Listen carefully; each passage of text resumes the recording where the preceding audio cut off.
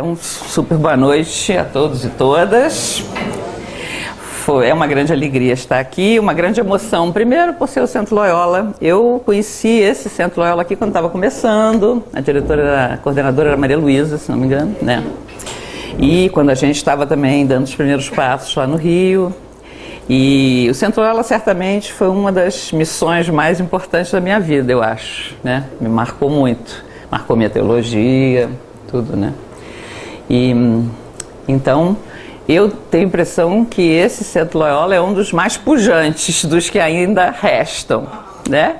Porque alguns não foram para frente, outros tomaram outro rumo, né? Outra configuração. Mas esse daqui, puxa, eu gostei tanto de ver essa casa. Sempre foi muito bonita, mas agora está cheia de novidades, né? Muito bem aparelhada e tudo.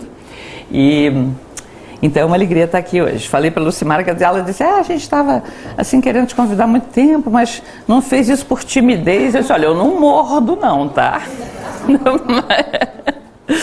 Enfim, estou encontrando aqui ex-alunas minhas, a Adna, Marisete, né? Enfim, é um prazer estar aqui. Bom, me deram um tema, o título é muito bonito, certamente o título é mais bonito do que eu posso falar sobre ele, né? Mas, por isso mesmo, vou ler o título, né? Cristianismo e sentido da vida.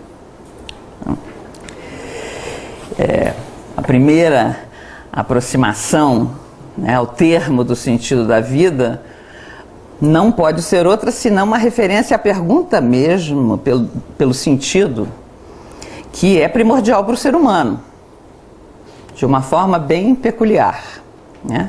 Todo ser humano, de uma maneira ou de outra, tenha consciência ou não, se pergunta que sentido tem viver, que sentido tem as coisas. É uma pergunta universal, né?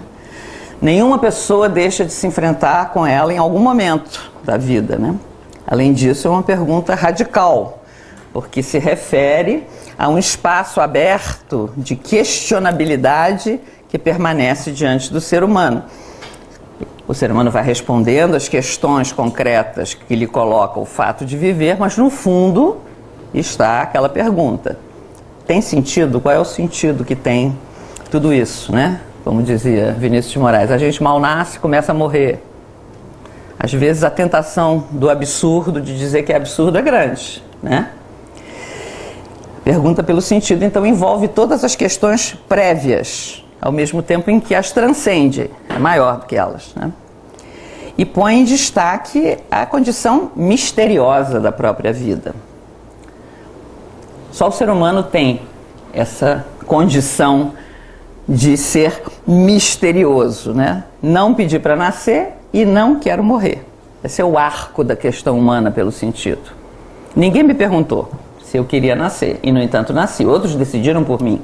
Eu sou um ser posterior. Posterior à decisão e à escolha que me pôs no mundo. Agora que eu estou vivo, eu estou gostando de estar vivo. Me sinto feito para a vida, mas a única certeza que eu tenho é que vou morrer. Dizem que as mulheres têm duas certezas, o homem uma só. As mulheres sabem que vão morrer e sabem que aquele filho é delas, né? O homem tem uma certeza, sabe que vai morrer, né? Mas é isso, esse é o arco da pergunta pela questão humana do sentido. Então, essa pergunta pelo sentido qualifica o ser humano como humano, uma vez que entre os seres criados, só ele a coloca, só ele ou ela, né? Com perdão dos ecologistas, não tenho notícia que o carrapato, o mico-leão dourado, o boto cor-de-rosa se façam essa pergunta pelo sentido da vida, né? Não é um desprezo pelos animais, mas, né? Nem pelas plantas, nem nada, mas o ser humano, inclusive, interagindo com a criação, com a natureza, se coloca essa pergunta. E essa pergunta sublinha a definição da vida humana e da própria criatura humana como um mistério criado, que vai remeter à pergunta pelo mistério incriado, que é Deus. Então, quem se pergunta sobre o sentido da vida, cedo ou tarde, vai se defrontar com a questão da transcendência, do absoluto, de Deus, enfim. Essa pergunta pelo sentido é colocada de formas muito variadas, de acordo com a época histórica, o contexto vital, a situação da pessoa, do grupo que a postula, a dimensão da existência na qual ela aflora.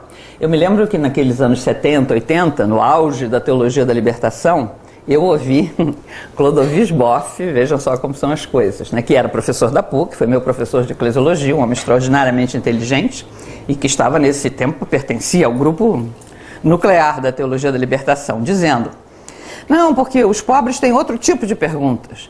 Eles não se perguntam como nós, de onde vim, para onde vou, não. Eles se perguntam, como é que eu vou comer amanhã? Como é que eu chego ao fim do mês? Mas justamente essas perguntas têm no seu bojo a pergunta pelo sentido da vida. Quem teve o privilégio de ler, por exemplo, o diário daquela mulher Carolina Maria de Jesus, Quarto de Despejo, que agora está fazendo, não sei, 50 anos, uma coisa assim, um livro extraordinário, era o diário dela, ela morava na favela. Ela primeiro morou em Minas, depois em São Paulo, foi empregada doméstica e passou fome com os filhos, literalmente, né? E com papel catado no lixo ela escrevia, né? E um dia ela mostrou o que ela escrevia, tem a impressão que para uma antiga patroa, alguém que ficou maravilhado como ela escrevia bem, né? E publicou, e o livro foi líder de vendagem, teve várias edições, né? Então, por ali se vê que Carolina Maria de Jesus, embora estivesse preocupada em dar de comer aos filhos e algumas vezes sentisse a tentação de se jogar do viaduto do chá, porque não aguentava mais a fome, se perguntava pelo sentido da vida, né? De várias maneiras, né? Então ela nasce, essa pergunta, da descoberta que todos fazemos em algum momento que nos leva a um questionamento sobre a vida. A nos perguntarmos se a vida significa algo ou se não é mais que uma sucessão absurda de fatos brutos, sem sentido. A gente nasce, cresce mais, se reproduz, declina e morre. Será que é só isso? Se a gente se pergunta, é porque não é só isso, evidentemente, né?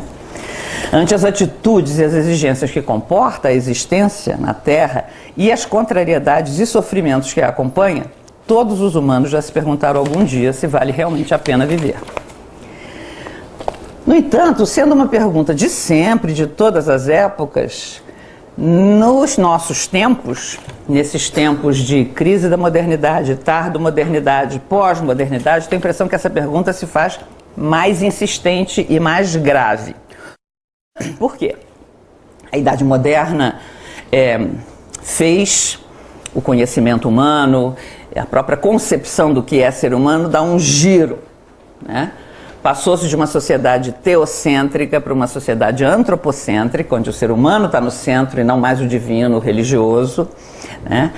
E isso foi num crescendo com a autonomia da ciência, com a superação da heteronomia, ou seja, da lei feita pelo outro, no caso o outro, a igreja, a instituição e tal, até chegar no clímax, que foi, né, o discurso de Nietzsche, né, decretando a morte de Deus. Esse crepúsculo da crença que permeava todas as dimensões da sociedade teve como consequência uma sensação de profunda solidão e orfandade, né, dos seres humanos. Perdeu-se um Deus que era a chave de todas as respostas anteriores, né? E, justamente para caracterizar a situação espiritual do nosso tempo, muitos falam sobre a crise do sentido. Nós vivemos uma crise do sentido. E o diagnóstico das sociedades desenvolvidas é que estão doentes de sentido, né? O ser humano se viu seriamente tentado a definir como absurda uma vida que, de tão sem sentido e cruel que lhe parecia, provocava uma sensação de náusea. Então, evoco dois grandes pensadores franceses, Jean-Paul Sartre e Albert Camus, né? A náusea, Jean-Paul Sartre escreveu A Náusea, Albert Camus escreveu o mito de Sísifo, comparando o ser humano a Sísifo, que empurrava a pedra para cima da montanha e a pedra rolava e ele outra vez empurrava, comparando a vida humana a isso, um esforço para botar a pedra no alto da montanha e a pedra rolando de volta, né? Um esforço estéril, inútil. Nesse contexto, mais do que uma palavra, o mesmo conceito, então o sentido é uma palavra símbolo que se presta a todo tipo de descrições metafóricas, né? E resiste a uma análise clara e exaustiva do seu conteúdo. Aqui empregamos o termo sentido da vida referidos à direção do curso da vida, né? O próprio desse curso, dessa corrente, né? Como num rio, tem uma corrente da vida humana, é que teve uma origem e um começo que nós não dominamos, do qual não dispomos, por não haver sido sujeitos ativos do mesmo, né? O passado nos é dado sem que nós tenhamos interferido nele, e temos um fim certo, a morte, o qual também não dominamos. Não sabemos o dia, nem a hora, né? Já no Evangelho, Jesus diz, o dia do Senhor virá como um ladrão, não sabeis o dia nem a hora. Não sabemos mesmo, né? Mas sabemos que ela chegará, né? Ela chegará. Tão certo como imprevisível quanto a seu momento e suas circunstâncias. Morte certa, hora incerta. É um termo final, não dispomos dele, não seremos sujeitos ativos da nossa morte, deveremos recebê-la passivamente, incapazes de evitá-la ou adiá-la indefinidamente, por mais que lutemos e consigamos adiá-la um pouco. Hoje em dia estamos conseguindo viver mais, as pessoas estão vivendo mais. Isso é bom, uma expectativa de vida mais longa, mas também traz altos problemas, né? A Europa não sabe o que fazer com seus anciãos, né? E às vezes encontra soluções não muito carinhosas para eles, né? Assim como eles, nem menos na Europa, mais nos Estados Unidos, né? Assim como eles, aos 18 anos, expulsaram os filhos de casa, vão para a universidade, agora papai e mamãe ficam sozinhos, quando chega também o pai e a mãe velhos, nursery, vai para o asilo, nós não vamos cuidar de você. Então, é sempre uma faca de dois gumes. O fato é que está se vivendo mais, mas está se vivendo e algum dia vai se morrer, mesmo que seja mais tarde do que antes, né? Quer dizer, a vida mais longa nem sempre é uma vida de mais qualidade, né? Então, biologicamente falando, a morte, nesse sentido, é direcional, é o sentido da nossa vida. Para ela caminhamos, queiramos ou não. A gente mal nasce e começa a morrer, como diz o Vinícius. E ela vai ser o critério de discernimento da nossa vida, né? Sem negar que a morte é a meta, o fim, a única meta da vida humana como fato biológico, é importante notar que ela o é de forma muito peculiar em relação com o resto dos seres vivos. O ser humano não apenas morre, mas é o único animal que se sabe mortal. A diferença entre nós e os cachorrinhos, né? Todos morremos, mas a gente sabe que vai morrer. E isso faz toda a diferença, né? A consciência de ser mortal, como uma sombra estendida sobre todo o percurso existencial. Eu, de minha parte, entendi isso muito melhor quando eu tive filhos. O pavor que eu tinha de que alguma coisa ameaçasse a vida dos meus filhos, né? É uma coisa que eu não tinha aprendido ainda. Eu me casei muito jovem, tive filhos muito jovens, então eu não tinha aprendido ainda que eu era mortal. Sabia, né, aqui, mas não sabia aqui, né? Quando eu via aquela coisinha frágil que dependia de mim, e eu ficava vendo, está respirando? Será que está respirando? Botava a mão para ver se estava respirando, botava a mão na frente da boca, ai meu Deus, aquele medo, tudo que ameaça, tudo é tão frágilzinho, parece que vai quebrar, né? Então, para mim, a experiência da mortalidade veio, a revelação disso veio quando eu tive filhos, para outros virá de outra maneira, mas enfim, do momento que isso aflora a consciência, é algo que se pode encarar com tranquilidade, com serenidade, mas é uma sombra estendida sobre todo o seu percurso existencial, porque diz que tudo terá um fim, né? Nada é, não se domina nada, nada é para sempre, né? E o fato de que a morte seja a única coisa inevitável na vida humana questiona o ser humano sobre se essa vida, afinal, tem ou não tem um sentido, né? De que serve viver se a única certeza que se tem é que um dia vai acabar e nós vamos morrer como todos os outros seres da criação. Isso já inquieta desde os gregos, desde o povo bíblico, desde o Antigo Testamento, né? A forma pela qual se reage a esse fato, a atitude que se toma frente ao mesmo, é que faz com que, para o pensamento humano, o problema do sentido da vida seja posto num novo campo semântico, o do significado. Não pedi para nascer, não quero morrer, e o fato de questionar a morte, de não querê-la e desejá-la, de tudo fazer para evitá-la, de celebrá-la ritualmente, de buscar comunicação com os que já se foram, levanta a questão de que o ser humano se autocompreende como feito para a vida e não para a morte. E daí nascem as formas mais primitivas e primordiais da religião, né?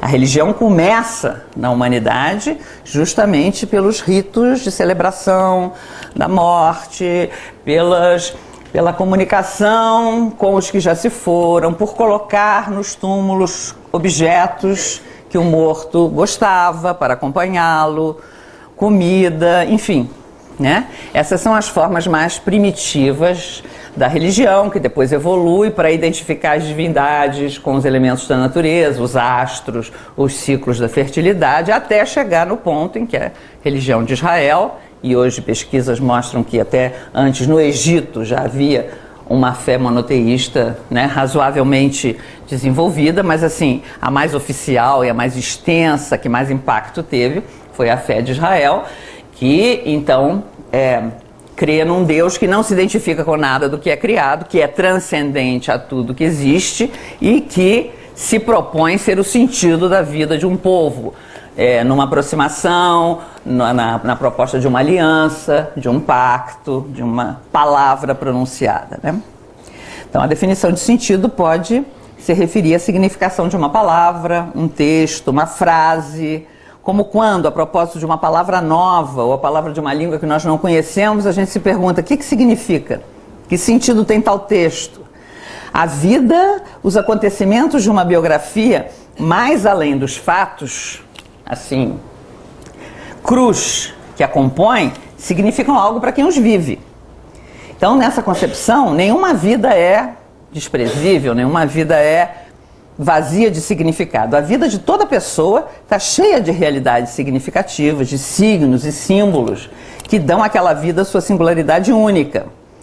E também, nessa constelação de significados, sentido é aquilo que, por baixo da capacidade de significar e simbolizar que é própria do ser humano, faz aflorar sua condição simbólica, né?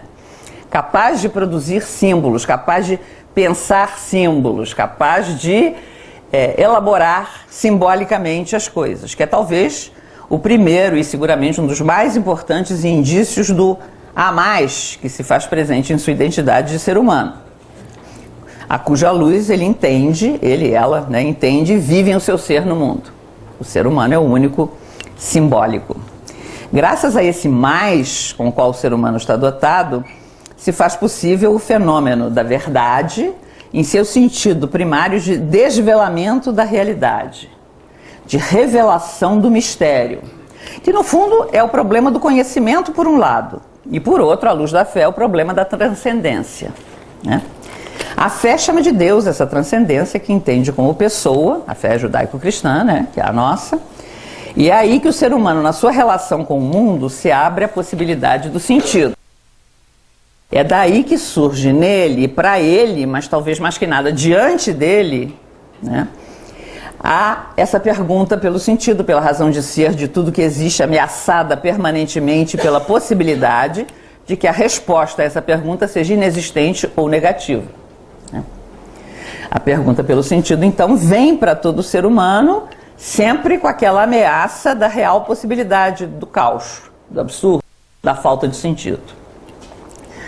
Ora, o ser humano pode se adaptar e se acostumar com qualquer coisa que a sua imaginação seja capaz de representar, mas ele tem muita dificuldade de se adaptar ao caos, né? Nós não fomos feitos para a anomia, para o caos, para a ausência de ordem, né? A gente não tem vocação para a anarquia. A gente precisa encontrar um fio condutor, uma justificação para a vida que nos permita não nos sentirmos perdidos, desorientados, né? Quando nos vemos ameaçados por acontecimentos e circunstâncias que nos abalam até os últimos fundamentos. Então, nesse campo semântico da palavra sentido, aparece a radicalidade da pergunta pelo sentido com S maiúsculo que a existência humana mesma carrega, né? Esses acontecimentos ou circunstâncias que abalam e ameaçam a integração do ser humano podem se resumir talvez em três mais importantes. O primeiro é quando a gente se depara com limites intransponíveis para compreender determinados fatos de sua vida. Morreu, perdemos alguém muito querido, jovem ainda, com uma doença agressiva. Por quê? Não há explicação. Não há. Por mais que demos voltas, tratos à bola, não encontramos explicação. É um limite ali. Fizemos tudo o que podíamos, né? Talvez eu esteja meio impactada com isso, que recentemente tenho 2 amigos que perderam filhos recém-nascidos. Chegaram a nascer, vieram a termo e viveram. Uma viveu horas, Duas meninas, a outra viveu 49 dias. Né? É o limite, fizeram tudo. Os pais, nossa, fizeram o que podiam, o que não podiam, mas não adiantou. Tiveram que se defrontar, bater a cabeça, bater o rosto de frente com esse limite. O segundo é quando o sofrimento injusto não parece ter razão nenhuma, né? E corrói o marco cognitivo, afetivo, que até esse momento permitia integrar e conciliar o que aparentemente é irreconciliável e portanto, tolerável, né? Isso aconteceu, por exemplo, com o povo de Israel, né? Que tinha uma concepção bastante simétrica da aliança com Deus no início. A concepção era, se nós cuidarmos da ética, da moral, Deus vai cuidar da história. Nada de mal vai nos acontecer, não vamos ser invadidos nem dominados por povos vizinhos. Até que aconteceu o exílio da Babilônia. Perderam a terra, perderam o templo, perderam tudo.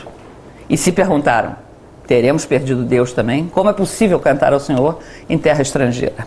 Né? No exílio, o povo chorava, se lamentava, não conseguia metabolizar aquilo. Ia contra todas as promessas, todas as esperanças. Foi preciso os profetas trabalharem muito para levantar a moral do povo e finalmente voltar. Né? Voltaram, os que em lágrimas semeiam, cantando, ceifaram. Mas o povo de Israel se perguntou muito se Deus estava dormindo, se Deus tinha se esquecido da aliança. Né? Terceiro, o mal moral. E particularmente a injustiça. Aqui o que fica ameaçado não é só a razão nem o sentimento, mas essa necessidade de perceber um sentido radical, íntimo, em fatos aparentemente desprovidos dele. O ser humano fica inseguro com isso, né? Não consegue explicar, sei lá. Eu, por exemplo, gosto muito de ler, de estudar, porque me parece uma coisa inesgotável sobre a Shoah, sobre o Holocausto nazista.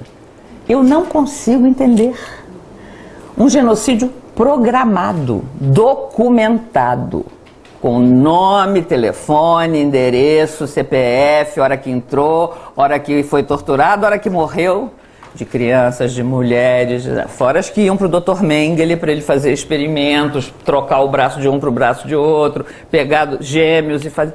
É um negócio de tanta crueldade que você não consegue entender, não consegue ver o sentido disso, né? E depois Eichmann dizendo em Jerusalém, eu cumpri ordens. E Hannah Arendt escrevendo a banalidade do mal. O mal é banal, né?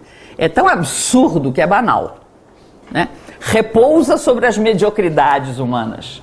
Quer dizer, quem leva esse mal para frente não são necessariamente monstros de uma cadeira cheia de fumaça, como tem na meditação das duas bandeiras de Santo Inácio. Não, é um homenzinho, mediocrinho, de caravatinha, um funcionário público que carimbava o destino de 6 milhões para os campos de extermínio, né? Então isso é uma coisa que também questiona muito o ser humano sobre, nossa, o sentido da vida, né? A gente lendo relatos de vítimas dos campos de extermínio, de concentração, é impressionante. A gente lendo a jovem judia holandesa Etty Hillesum, fica impressionado. E aquela menina encontrou um sentido, né? Mas, quer dizer, ela floresce assim como um lírio no meio da lama, né? Quando ela diz que não pode odiar os alemães, porque... E estava indo para a morte, né? Há ainda um outro campo de compreensão do que seja sentido, que é o âmbito dos valores, né? Se perguntar se a vida tem sentido é se perguntar se ela é boa em si mesma, se ela é digna de estima, dadas as dificuldades que toda a vida humana comporta, as doses de esforço, de fadiga, de sofrimento que supõe, se vale a pena viver, né? O sentido como valor, a condição valiosa que possam ter as coisas, as esperanças humanas, aparece situado numa ampla gama de possibilidades. Vários pensadores contemporâneos refletiram sobre isso, Levinas, Maslow, Habermas. Há que perceber a hierarquia das necessidades e a consequente escala de valores que dela decorre. Uma consideração exclusiva da necessidade conduziria a uma cultura que só se reduziria à satisfação imediata dessas necessidades e privilegiaria como único valor do útil e do eficaz, né? Isso é válido, é valioso porque serve, porque, né, cumpre uma função. Mas o sentido da vida como valor em relação só com as necessidades humanas teria como produto final um sujeito que ainda assim ficaria insatisfeito. Porque não basta para o ser humano ter as suas necessidades básicas biológicas satisfeitas. Ele quer mais. E, senão, se o ser humano fosse apenas um ser de necessidade, seria um robô satisfeito, um autômato, mas não uma pessoa. O computador, se ele está bem reguladinho, né? Se ele está com a placa-mãe em ordem, se ele está funcionando bem, ele faz seu papel, ele não pede mais nada. O ser humano pede mais, né? Pede mais. Resultado dessa glorificação apenas do eficaz e do útil que vai de encontro às necessidades é o tédio, a decepção, a queda no vazio de sentido, a depressão como doença do século, né? Porque a palavra valor pode designar bens de outra ordem. O ser humano sente necessidades, mas também tem desejos. E essa palavra é chave para a nossa reflexão sobre o sentido da vida. O ser humano é um ser desejante, um ser de desejo. E como tal, ele é capaz de ter uma relação com os fins em direção aos quais os seus desejos o orientam de configuração absolutamente original. O ser humano busca fins para a sua vida e nesse reconhecimento dos valores, ele se dirige aos fins que ele percebe que farão sua vida digna de ser vivida, válida, grávida de sentido. Agora, tais fins demandam que esse mesmo ser humano faça acontecer o valor que esses fins encarnam. Para o artista, a beleza, para o filantropo e o santo, a bondade, e assim por diante, né? E os valores dessa ordem não acabam com o desejo, mas o aprofundam e o agudizam cada vez mais. Quanto mais deseja, quanto mais se aproxima do desejo, mais deseja, né? O desejo se alimenta de si próprio, né? Levinas vai dizer, eu cito, a diferença entre a necessidade e o desejo é o fato de que o desejo não pode nunca ser satisfeito, que o desejo, de alguma maneira, se nutre de suas próprias fomes e aumenta com sua própria satisfação. Em todos os níveis, né? Não sei se alguém aqui se lembra de um famoso filme que passou, O Império dos Sentidos, né? De um casal que fazia sexo e aquilo nunca satisfazia, até que acaba a mulher enforcando o parceiro para ele ter uma última, né? E assim acaba o Império dos Sentidos, né? Rubem Alves faz uma reflexão muito linda onde ele cita esse filme, né? Um texto chamado Tênis e Frescobol, né? Ele diz que o casamento não pode se basear nisso, né? Você tem que, para casar com alguém, você tem que perguntar, será que daqui a 30 anos eu vou achar graça de conversar com essa pessoa? Se você disser sim, aí você pode crer que tem boa chance de dar certo, né? Porque quando o sexo jaz morto na cama, ele lembra as Mil e Uma Noites, Sherazade despertava o sultão contando mais uma história, né? Conversa, contar histórias. Isso aqui, né? E isso fala o desejo.